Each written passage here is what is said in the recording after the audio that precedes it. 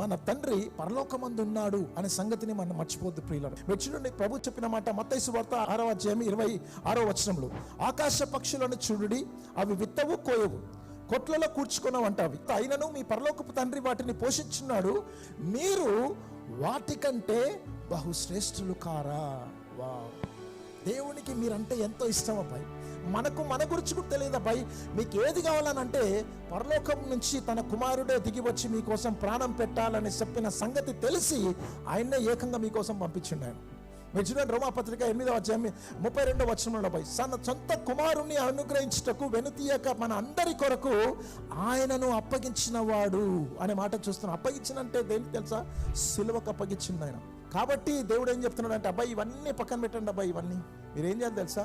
ఆయన నీతిని, ఆయన రాజ్యమును మీరు మొదట వెతకండి, అప్పుడు అవన్నీ కూడా మీకు అనుగ్రహింపబడి.